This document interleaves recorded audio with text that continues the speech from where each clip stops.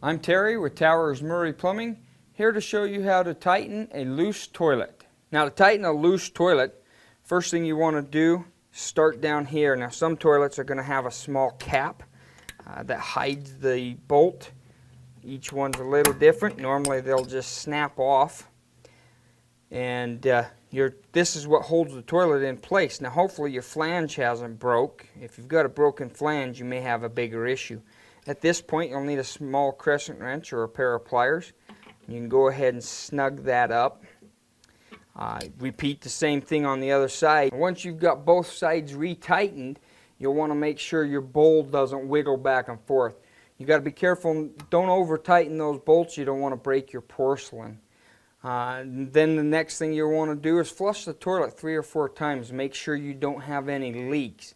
If you've got a leak, you're going to need to pull that toilet up, replace the wax down below, and then reinstall that toilet.